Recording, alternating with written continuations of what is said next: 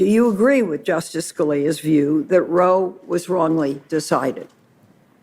So, Senator, I do want to be forthright and answer every question so far as I can.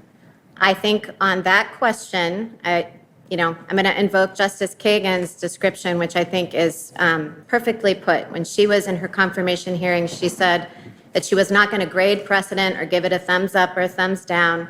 And I think in an area where precedent continues to be pressed and litigated, as is true of Casey, it would be particularly, it would actually be wrong and a violation of the canons for me to do that as a sitting judge.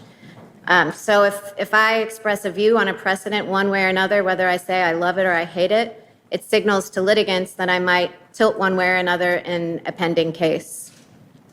So on something that is really a major cause with major effect on over half of the population of this country, who are women, after all, it's distressing not to get a straight answer. So let me try again. Do you agree with Justice Scalia's view that Roe was wrongly decided? Senator, I completely understand why you are asking the question, but again, I can't pre-commit or say, yes, I'm going in with some agenda, because I'm not. I don't have any agenda. I have no agenda to try to overrule Casey. I have an agenda to stick to the rule of law and decide cases as they come. Well, as a person, I don't know if you'll answer this one either. Do you agree with Justice Scalia's view that Roe can and should be overturned by the Supreme Court? Well, I think my answer is the same, because, that's a case that's litigated. It could, its contours could come up again. In fact, do come up. They came up last term before the court. So I think, what the Casey standard is, and it's a contentious issue, which is, I know, one reason why it would be comforting to you to have an answer. But I can't express views on cases or pre-commit to approaching a case any particular way.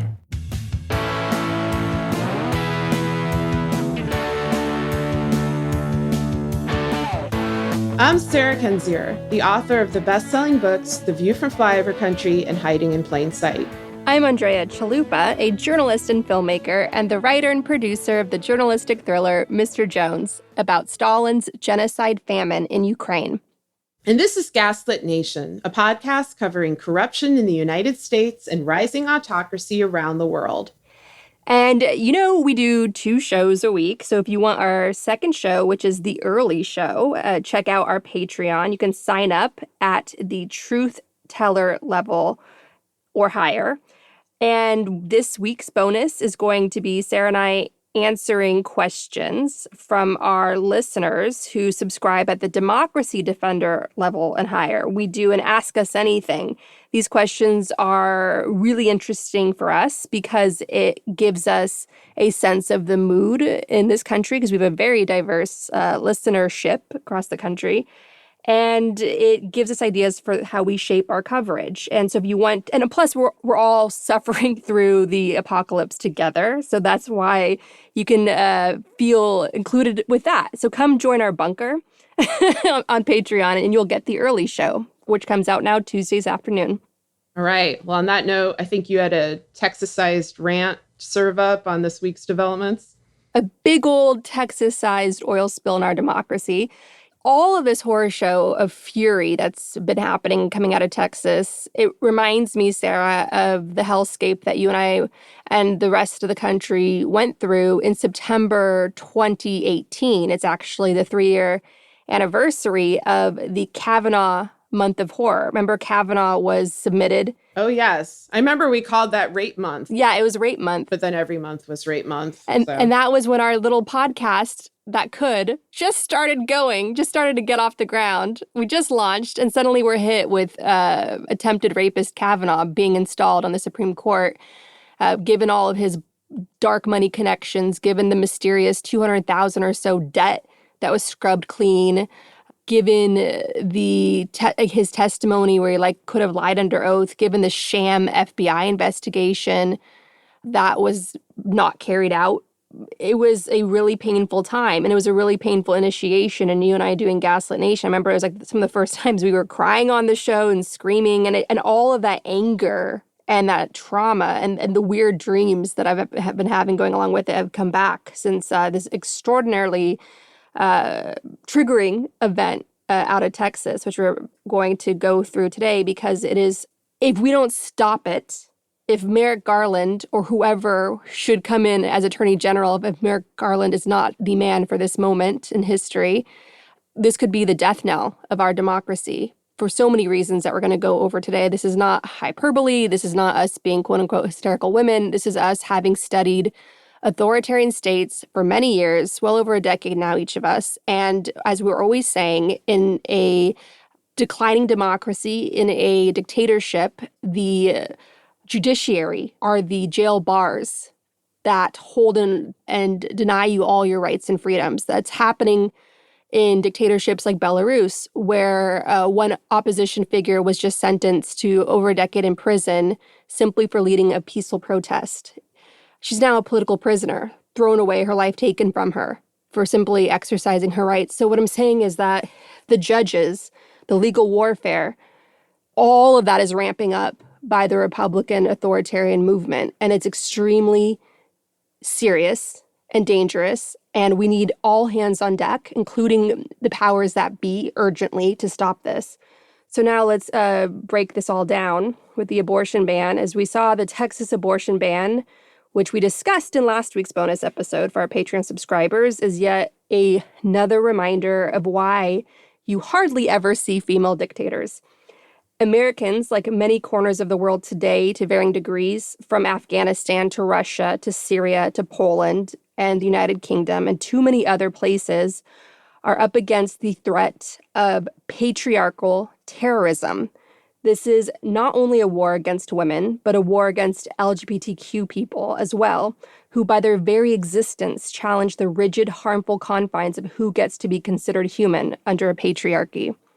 In predominantly white societies trapped under or threatened by patriarchal terrorism, all non-white people are also relegated to objects to ensure the unchecked power of the white male ruling class.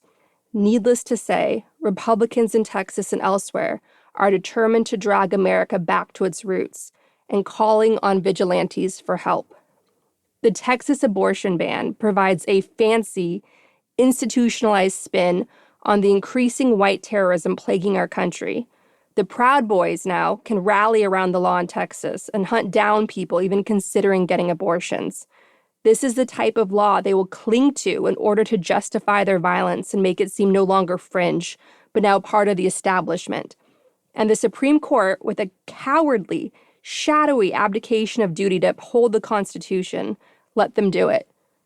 The Texas abortion ban is legalized fascism, and the Supreme Court, packed by an illegitimate president brought to power with the help of a xenophobic, mass-murdering terrorist regime, Putin's Kremlin, and this illegitimate president who has a history of keeping a book of Hitler's speeches by his bed, who was raised by an infamous racist, arrested at a KKK rally in New York, refused to stop the fascist Texas abortion ban because fascism is the end goal. If you do not believe us, Google the definition of fascism, and flashing before your eyes will be today's headlines on the growing threat of nationalism in America, the cult worship of a dictatorial leader, violent suppression and harassment of opposition, including the press, racial and other scapegoating, and so forth. The entire Republican agenda is now a fascist white terrorist movement, often hiding behind the veneer of respectability with such harmful groups as now the Supreme Court, the Federalist Society, the Heritage Foundation, Freedom Works, the Family Prayer Breakfast, the Chamber of Commerce, Republican trifecta states, bewildering New York Times columnists, cable news pundits, and a whole list of white men and white women and token minorities who have chosen power and greed over the public good. And they're doing it against the will of much of their hostage states, known as so-called red states.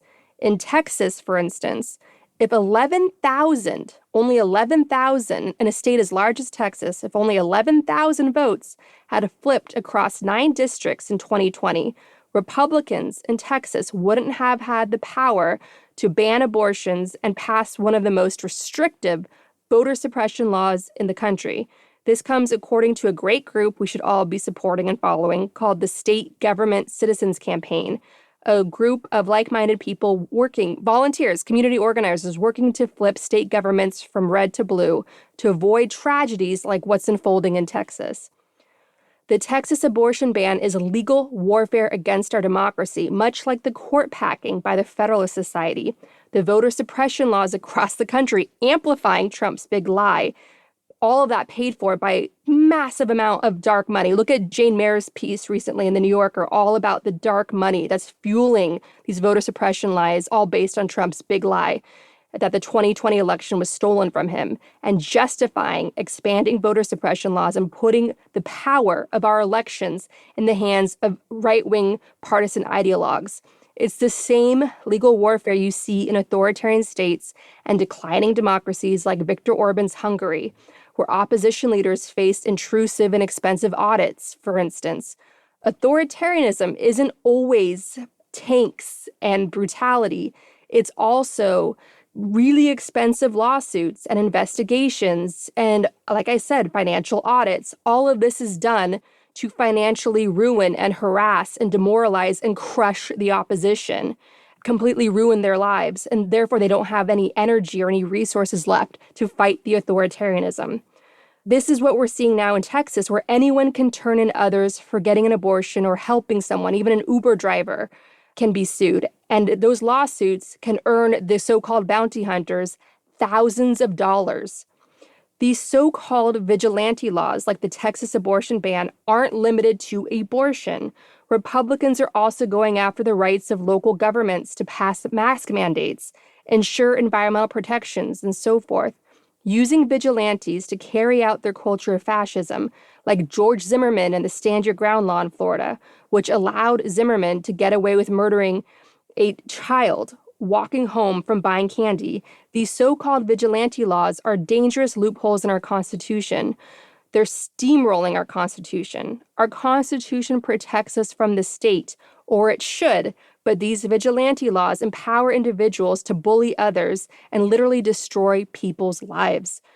As designed by the Republican hijacking of our democracy, any right-wing ideological judge, like the majority of the Supreme Court and roughly 1/3 of judges packed onto the courts by Trump and Mitch McConnell, can look the other way, claiming individual rights, free speech, religious freedom, and that they're just standing their ground. Currently, a Texas state judge temporarily halted the rights of Texas Right to Life and its associates from suing workers and abortion providers at Planned Parenthood. That's a very small but much-needed reprieve. TikTok activists have flooded the Gestapo website where people can report anyone trying to get an abortion or helping someone get an abortion. So, and then what else is happening? A clever young person who represents the hope of our nation, this young person by the name of Sean Black, created a bot that lets you flood the Gestapo website with spam. GoDaddy, the company that hosts this website, the Gestapo website in Texas, kicked the Texans' fascist movement off of its platform and refuses to provide their services now. Uber and Lyft promised to pay the legal fees of any drivers sued as part of the Texas abortion ban. So there are always creative ways to fight back. Just like when Trump tried to pass a Muslim registry and suddenly non-Muslims started registering and flooding the system. All right, so as dark as what's happening in Texas may be, there's a lot of light shining right back into the face of that darkness. Attorney General Merrick Garland pledged on Monday to come up with a way to fight the ban and promised to protect women in Texas seeking to get an abortion. Jill Wine-Banks, a Watergate and federal prosecutor, wrote on Twitter, quote, "I have not criticized Garland until now. This is not a response to Texas law. That law eliminates need for violence and substitutes a law to interfere with constitutional rights of anyone who is or could be pregnant. Civil rights suits are what he should do." Yes, completely agree. The Texas abortion ban is unconstitutional. Abortion is protected under the Fourth Amendment. Roe versus Wade determined that. If the right-wing cowards on the Supreme Court want to make overturning Roe as part of their destructive legacy, then they're going to see a wave of backlash across the country. This fight isn't over. It's far from over. And we encourage you to go to Women's March on October 2nd. Dress safely, wear your mask, do whatever you need to do to protect yourself and those you're with. But do your best to show up on October 2nd. Find a women's march near you. I will be joining you at the march in New York. All right. Well, thank you for that and for all of that information. And just to kind of reiterate what you were saying, I noticed a shift in online discourse over the week. And unfortunately, online discourse is often what we have to contend with in the era of COVID, which in itself makes things worse because I think people are only seeing, superficial discussions. People are afraid to be vulnerable in public. People are afraid of both death threats and of death cults, of death cheerleading. And I think it's made every contentious debate even harder to have. And, when I was watching people react to this abhorrent ruling, I noticed a switch in what had once been total denial about the authoritarianism that we're facing. This institutionalist rhetoric of the DOJ will save us, or Biden will save us, or, Pelosi or whoever, these rotating saviors that we've seen being vouched for on facetious grounds ever since Mueller began his probe. Suddenly, all the folks who were going on that line switched to total despair, where it's basically like, there's nothing to do. It's over. We are doomed. There's nothing we can do but submit. Sometimes Andrea and I would get accused of the latter, which was always bizarre to us. You can look through our archives, look at our action guide, look at what we've actually said all along, which is never submit. Always be defiant, always fight back, always think for yourself, and always think about others, always look out for others, be compassionate and be brave and stand up to power. Because this whole thing, whether it is denial or despair, both of that is trying to steer you in to an authoritarian mentality where you're just going to accept the absolute most brutal outcomes, not just for yourself, but for the most vulnerable people in our country. And among the things I think people are being pushed to accept is secession and secessionist rhetoric. And I'm going to get to that in a second. But, we've been warning you about this for a while. I'm just going to read something I wrote right after Trump was elected in November 2016. And, you may have seen this article. It was called "We're Headed into Dark Times." I'm just going to read the last few paragraphs because they apply for today as well. It says, "I will rearrange my life so I can fight this fight because I am fighting for my country and I never give up on my country or on my countrymen. But I need you to fight too, in the way that matters most, which is inside. Authoritarianism is not merely a matter of state control. It is something that eats away at who you are. It makes you afraid, and fear can make you cruel.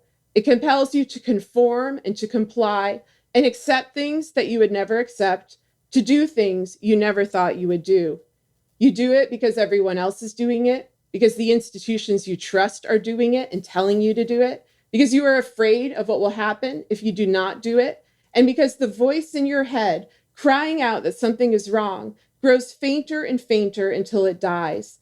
That voice is your conscience, your morals, your individuality. No one can take that from you unless you let them. They can take everything from you in material terms, your house, your job, your ability to speak and move freely. They cannot take away who you truly are. They can never truly know you, and that is your power. But to protect and wield this power, you need to know yourself right now, before their methods permeate, before you accept the obscene and unthinkable as normal. And so that essay is now housed in my book, Hiding in Plain Sight. And when I wrote it, I recommended that people write down what their expectations are for themselves, for society, for the government, of moral behavior, of things that they would never do or never believe, because I feared that over time, you will be either forced to believe them or just your moral compass shifts with this ceaseless, cavalcade of brutality, and also outside catastrophes, the catastrophes of climate change, the catastrophes of COVID, all of which push people, somewhat understandably, into a very fearful position. And that fear does lead to hatred and cruelty, and it also leads to boldness on the behalf of those who are putting these sorts of laws into action. We've had lots of talk over the last 5 years about the Overturned window, the sort of standard of what is moral and right. And I think like 3 years ago, I said something like, American democracy was defenestrated through the Overturned window. Like it had already moved. And so laws like this shouldn't come as a shock. They should come as repellent. They're outrageous and horrible, and you should fight them with everything you've got. But, they tried the same thing in Missouri in 2019. They tried basically this same law, and it was at the last minute that it was struck down. And we were about to be sort of the test case for America in Missouri. And I do worry that, of course, Texas is going to inspire and embolden similar policies in other states that have tried to, outlaw abortion before, but didn't quite have the momentum. And now that momentum is growing. So I'm just going to make a couple of comments on what Andrea said in her excellent opening there. One thing is Thank you very much. You are so welcome. Is about fascism as the end goal. And that's something that I sort of agree with. I certainly agree that fascist tactics are being used, that people with a fascist outlook are in positions of power. We've discussed on this show how Trump and his administration brought together basically the worst of humanity from every state and from countries around the world. You have theocrats, you have white supremacists, you have kleptocrats. They are all using authoritarian tactics. They all are acting above the rule of law. They are all stripping the rule of law and human rights and civil rights from the people who they see as beneath them, while posing as populists. The one area where I feel like this is not quite fascism is because, as I said in Hiding in Plain Sight, they do not value the state as an entity. The state is just something to sell. And that's why Trump was so difficult to battle, because there wasn't the same form of leverage. This version of the GOP, this Trumpist version of the GOP, does not care if the United States falls apart. They do not care if there is civil war. They do not care if the supply chain gets disrupted. They don't care if there are riots or chaos in the streets. They do not want order in that way. And Trump was very clear about this. He said this openly on Fox News in 2014, that that's what he was aiming for. And then he went on to praise Putin. I've cited this interview many times, but it gets more and more revealing every day as you watch this vision literally play out. And this, of course, is not just Trump's vision, just as this is not his geopolitical design. This is something that Republican extremists in the United States have been working towards for over 40 years through groups like the Federalist Society, through these little secretive legal foundations, putting forth people like Brett Kavanaugh, putting forth people like George Conway, who for some reason a bunch of you trust and clearly should not. What I'm getting to here is that the sovereignty of the United States is in grave danger, and it always has been. Obviously, when you have a career criminal, mafioso, Kremlin asset installed with the help of other self-identified foreign agents, people like Paul Manafort, people like Michael Flynn, and then, of course, the others, Steve Bannon, Roger Stone, people who are trying to create this situation on a global scale. They're doing the same tactics in the UK with Brexit. They're doing the same thing right now in Brazil. These extremist right-wing movements designed to cause as much destruction as possible. I think the end goal is to split up countries into more manageable parts. And of course, Texas is an ideal one for this because, Texas has long had a tradition of actual homegrown secessionists, ones that were not astroturfed. They were small. They did not represent at all the majority of Texans. They've been openly encouraged by Kremlin operatives. Casey Michelle, the journalist, was one of the people who first discovered this and began writing about this because they were so sloppy in their social media presentation. A bunch of Russian operatives had a Facebook group called something like, Love Texas Shape. And it was so ham-handed. And so poorly done, but nonetheless attracted a lot of adherents, got people to participate in actual on-the-ground marches for, Texas secessionist movements, other kinds of toxic and destructive movements. I've gone over this point before, but, as Andrea correctly noted, Texas is a hostage state. It is a state that already had voter suppression laws and now has even stricter voter suppression laws. It is a gerrymandered state. It is a state that is flooded with dark money. And it is also a state that is full of liberal, leftist, Democrat, whatever you want to call folks. It is not full of people who want this law. It's not full of people who love Greg Abbott. It's not full of right-wing extremists, although it certainly has them. The majority of Texans are not being represented by their own government. And I understand the situation very well, living in Missouri, where the exact same thing happens, where we literally vote on ballot initiatives that are quite progressive, getting rid of dark money, raising the minimum wage, protecting labor unions, and so forth. And our legislature just shoots them down. They don't care if we live or die. They don't care whether our will is represented. And you've certainly seen this from a variety of Texas officials over the last year, whether it's Ted Cruz packing up and going to Cancun during a climate catastrophe, that ended up killing Texans, or the way that Greg Abbott is handling COVID, or this new law. You are seeing emboldened extremism in action. But the reason it's called extremism is because it is not representing the mainstream of Texans. And so please stop attacking the hostages of the hostage state on the internet. I see this over and over again. This why don't you move? That's so easy. I don't know how people move. I don't know how people get the money to move. And I don't know where they think they're going to go to. This is a point that everybody needs to understand, is that as Americans, we are in this together. What happens in Texas is going to happen in other states. You're going to see it attempted, in quote unquote blue states as well, because every state is a mix of,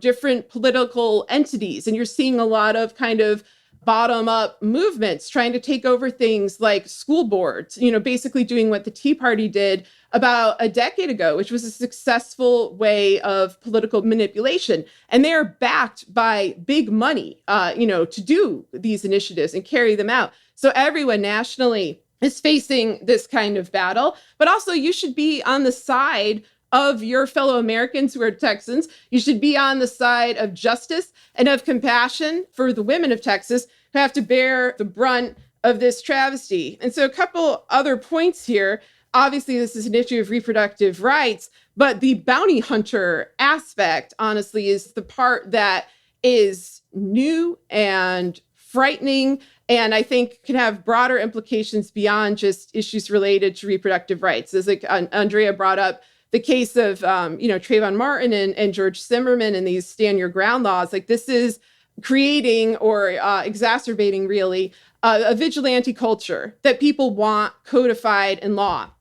And this one is particularly bad because it relies on thought crimes. If a woman is even suspected of getting an abortion, having an abortion. If a woman, for example, had a miscarriage and then is accused of having had an abortion, she can be targeted by these vigilante bounty hunters who will be rewarded for their cruelty and for their lies. And if you look at how this sort of thing would play out in a overtly authoritarian state, what you would see are women being targeted for reasons that have nothing to do with abortion or pregnancy or anything like that.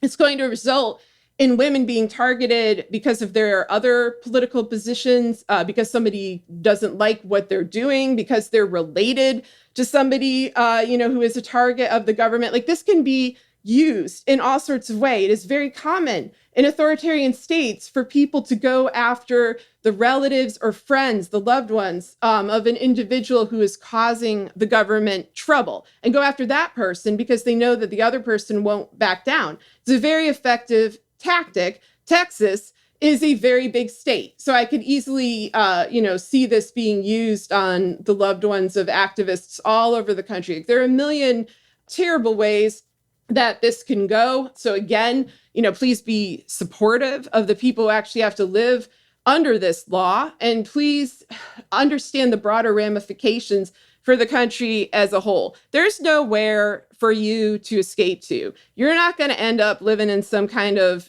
blue liberal paradise. If you want to talk through how that will play out, like I would be happy to do an interview with somebody, or we could do a very special Gaslit Nation, because there are so many things here that you need to consider. Like what happens to our military? What happens to our nukes? What happens to our infrastructure? What happens to our power grid? Like what happens to our food supply? Oh, you're talking about succession. Yeah, about you're talking about succession. if blue states broke away. Look, I live in a deep blue state, which is New York State.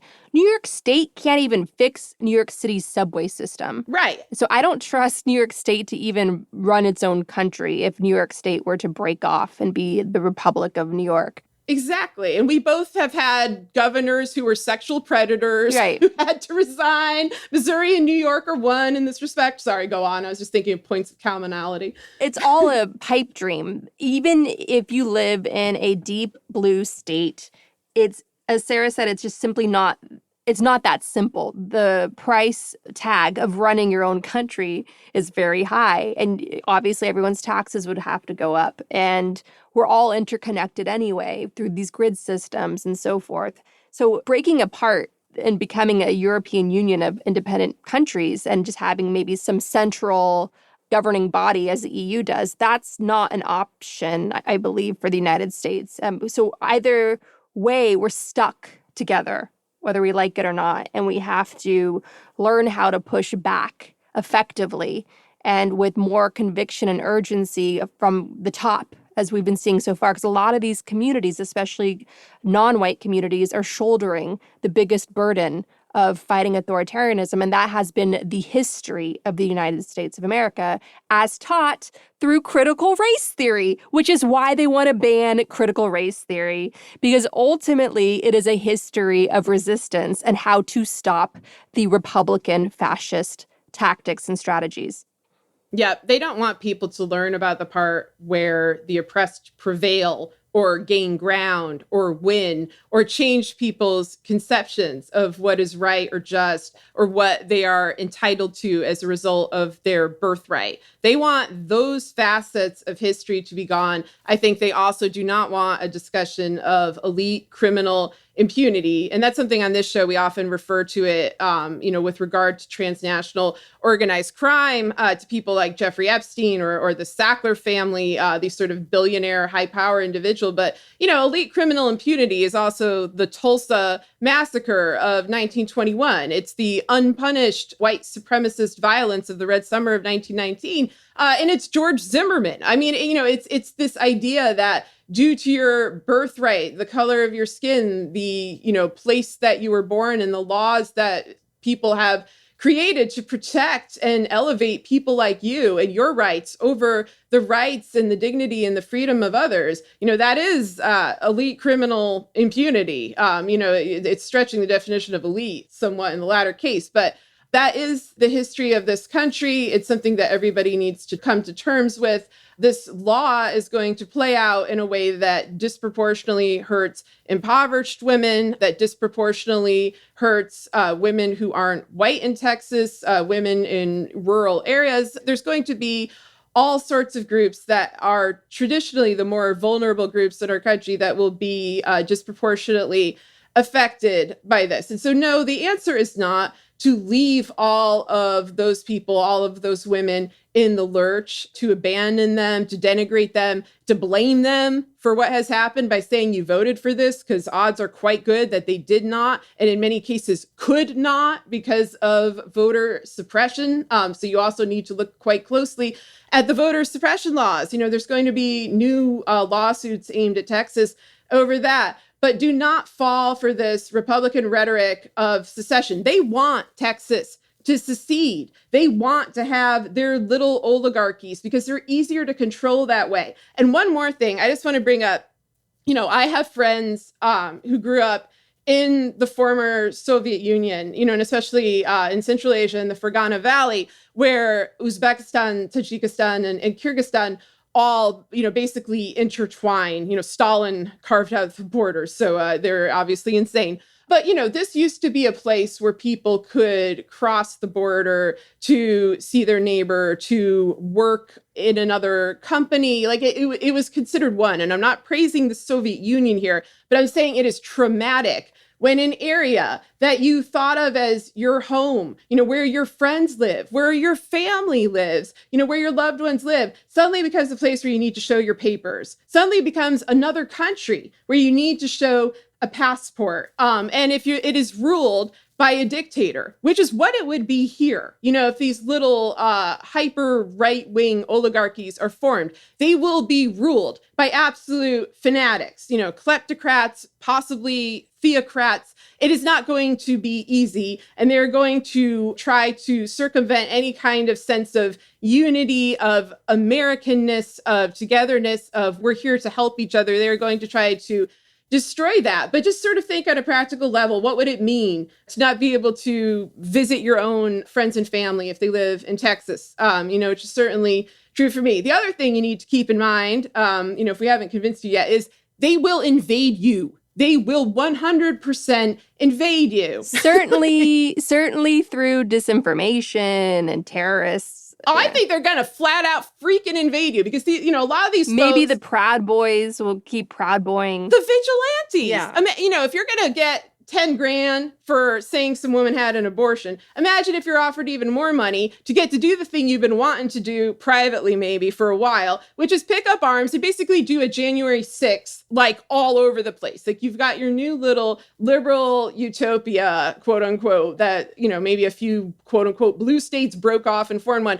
You're gonna get invaded. You're probably gonna lose because all the big money is currently helping bolster, these absolute fanatics in places like the Texas government, the Missouri government, Florida, and DeSantis's government, so on and so forth. I don't know what the hell the Democratic Party and their donors are doing, but they sure as hell are not helping the people who need to fight back. It's like chronic underfunding, underfighting, a refusal to accept reality. I mean, I don't think it's actually, due to lack of understanding. I think they just basically don't give a shit. And they've kind of left people out on their own. And that's been the history of the Democratic Party when it comes to accountability, when it comes to being assertive against Republican tyranny or any kind of tyranny for decades on end. I think people thought that because Biden was dealing with the aftermath of Trump, who made all of this so much more blatant and brazen than it had been before. A lot of things that were subtext became text, screamed through a bullhorn at a rally. And so there was really no denying the authoritarian goals of the Republican Party anymore, the lawlessness of them, how they're intertwined with hostile foreign states, how they're intertwined with corrupt corporations, on and on and on.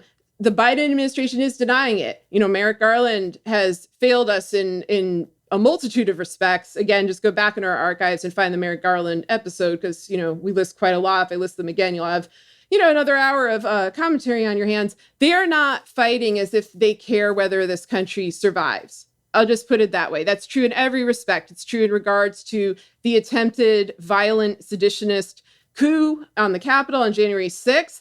It's true in regards to this new law. Even a federal judge was shocked by how all of those white terrorists were getting off the hook. Yeah, exactly. They're letting people go. They're not going after the organizers. We know who the organizers are. The FBI is pretending they don't know who the organizers are. We know because they told us, they announced it online, and we told you. It is Michael Flynn. It is Roger Stone. It was Lynn Wood. And it's very interesting to me because Steve Bannon, yeah, absolutely, who was recorded on January 5th. And obviously Trump himself. And Trump's family. and also people like Alex Jones, Ali Alexander, these sort of bridges between the elites and groups like the Proud Boys, the Oath Keepers, and also just randos who got on the internet, got very fired up, printed out some T-shirts calling for a civil war, and then tried to proclaim that they were tourists after they got caught. And those are the only people they're actually going after, and they barely are. Is this low-hanging fruit?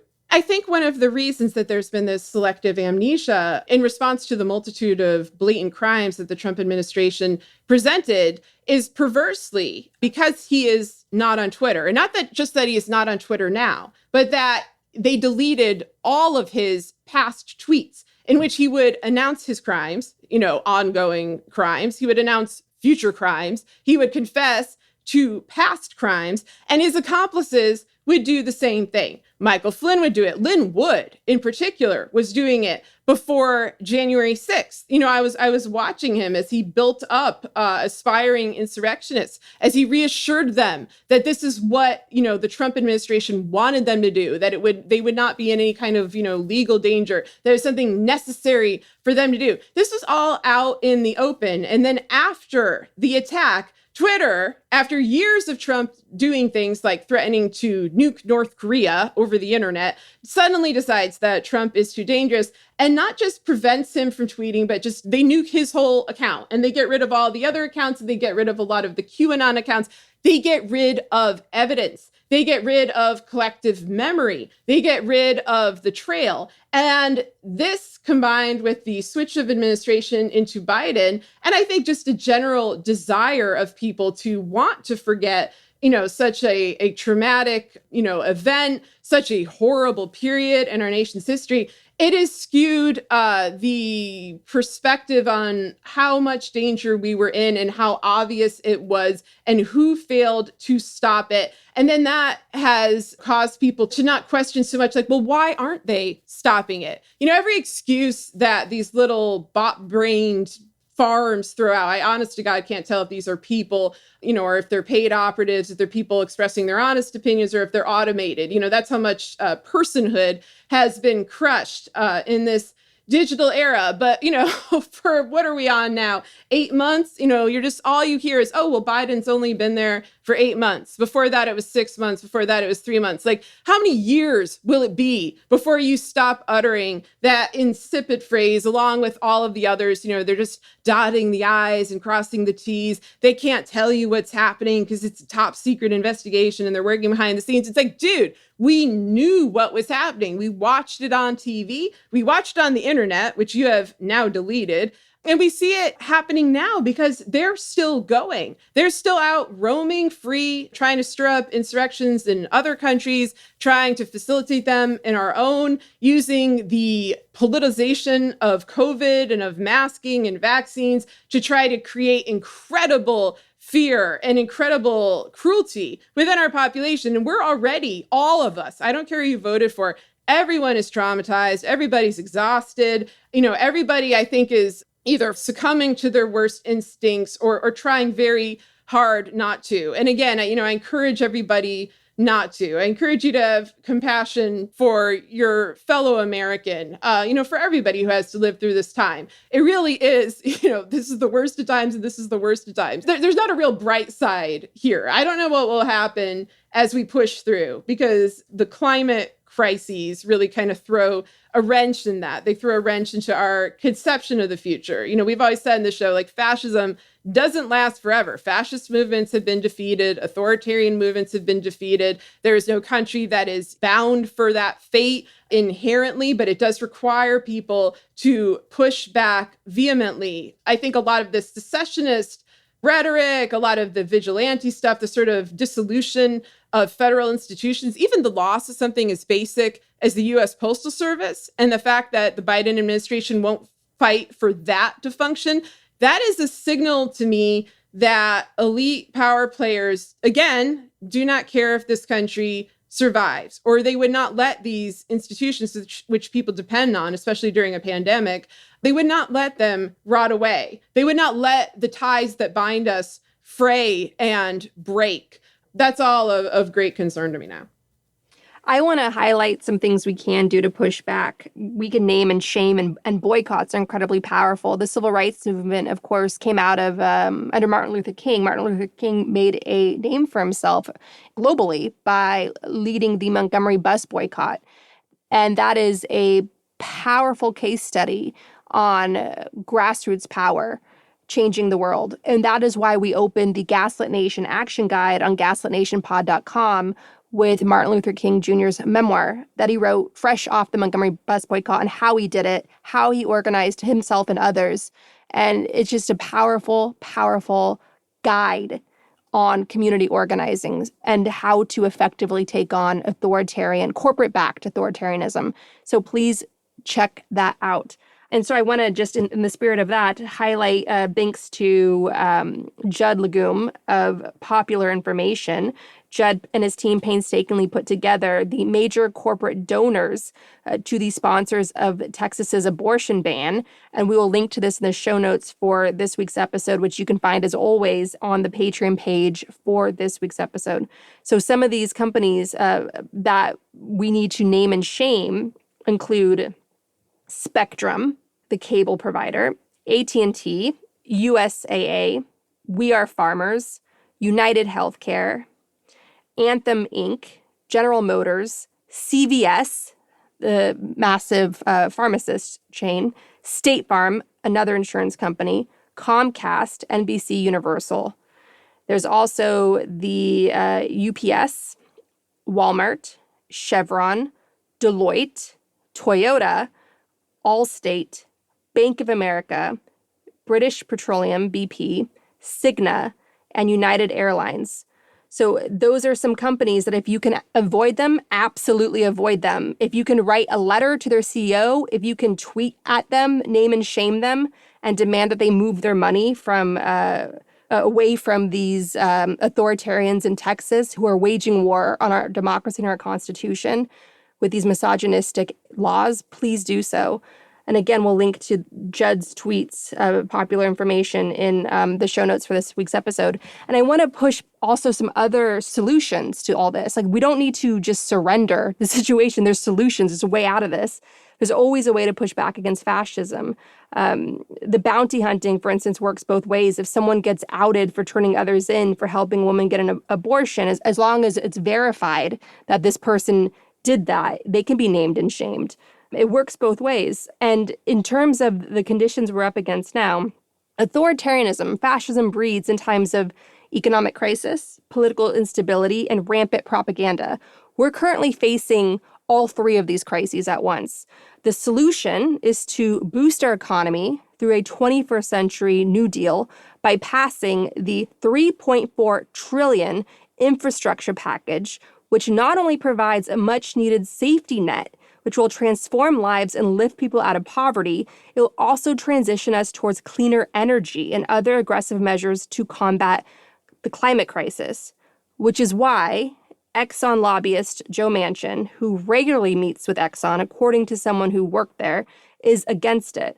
We also need to secure our democracy against political instability by passing protections against voter suppression relied on by Republicans in many states to hold on to power and threaten our presidential elections. We can do that right now by passing the John Lewis Voting Rights Act and the For the People Act. As for disinformation, bring back a 21st century version of the Fairness Doctrine and also the Telecommunications Act, which both saw the rise of Fox News and the right-wing media Death Star after they were repealed. Those two systems of regulation protected our media against polarization and monopolies. Now they're gone, and you have right-wing media like Sinclair gobbling up local news stations. So there are measures that can be taken for all of us, white, non-white, man, woman, non-binary, LGBTQ, doesn't matter. We can all live in a safer, peaceful, prosperous America. It can be done. Another world is possible. So there is a roadmap to do it. And these laws can be introduced now at the state level to grow these all-important movements, to further these urgent conversations. Communities can come together into a national movement. If you need more ideas and steps to combat the hate we're up against, go to the Gaslit Nation Action Guide on gaslitnationpod.com and choose how you want to be the light in the world, because we need you. This moment needs you.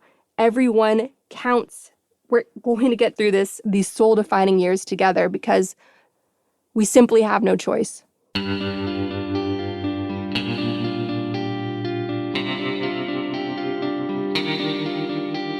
Our discussion continues, and you can get access to that by signing up on our Patreon at the Truth Teller level or higher. We want to encourage you to donate to your local food bank, which is experiencing a spike in demand. We also encourage you to donate to Oil Change International, an advocacy group supported with a generous donation from the Greta Thunberg Foundation that exposes the true cost of fossil fuels and facilitates the ongoing transition to clean energy.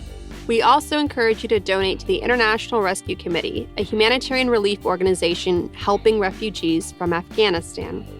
Donate at rescue.org. And if you want to help critically endangered orangutans already under pressure from the palm oil industry, donate at the Orangutan Project at theorangutanproject.org. Gaslit Nation is produced by Sarah Kenzier and Andrea Chalupa. If you like what we do, leave us a review on iTunes. It helps us reach more listeners. And check out our Patreon. It keeps us going. You can also subscribe to us on YouTube. Our production managers are Nicholas Torres and Carlin Daigle. Our episodes are edited by Nicholas Torres, and our Patreon-exclusive content is edited by Carlin Daigle. Original music in Gaslit Nation is produced by David Whitehead, Martin Vissenberg, Nick Farr, Damian Arriaga, and Carlin Daigle. Our logo design was donated to us by Hamish Smith of the New York-based firm Order. Thank you so much, Hamish. Gaslit Nation would like to thank our supporters at the producer level on Patreon and higher, especially the first two who did not get thanked in August. So we're going to thank you profusely for many weeks to come. Chickeen, Lily Wachowski, Megan McNerney, Sean Rubin, Todd S. Pearlstein, Pat, Kenny Main, John Schoenthaler, Frank Jaquette, Ellen McGirt, Joel Ferran, Larry Gasson, Erica Moore, Karen A. Deal, Nico Phillips, Brian E. Castor, Lex Reed, Andrea Scalzo, Melissa Howland, Karen Heisler, Jordan Sanders, Ann Bertino, Rachel Winder, T.R. Dunstan, John Millett, David East, Shannon Nacy, Ida, Chris Fellow, Dodie Pop, Ben Wheaton, Joseph Mara Jr., Rich Holcomb, Thomas Scheibe, Kelsey Malsum, Julie Matthews, Meganopolis, Mark, Matthew Womack, Sean Berg, Kristen Custer, Tracy Ash, Benjamin Galuza, Kai Gillis, Sharon Hattrick, Irv Robinson, Keith Gottschalk, William Barry Reeves, Richard Smith, Emmy, Kevin Gannon, Yvonne Q, Sandra Collins, Katie Masuris, John Laughlin, Jeff Thompson, James D. Leonard, Leo Chalupa, Carol Golstad, Michael Wooldridge, Kramer, no criming, Jason Benke, Joe Darcy, Ann Marshall, Jeremy Lewis, Joel Newman, Trigve, Christine M., D.L. Singfield, Nicole Spear, Brian Tajudin, Christy Vitale, Maureen Murphy, Michelle Dash, Jans Alstrup Rasmussen, Victoria Olson, Alabama, ZW, Lisa LaFlame, Jason Bainbridge, Sarah Gray, Mike Tripico, Diana Gallagher, John Ripley, Ethan Mann, Jennifer Slavic, Piet Yitzma, David Porter, Kate Cotton, Kim Mellon, Leah Campbell, Lynn Schneider, Jared Lombardo, Karen Humphreys, Giles Boket, Eric Kaplan, Sonia Bogdanovic. Tanya Chalupa. Thank you all so much for your support of the show. We could not make Gaslit Nation without you.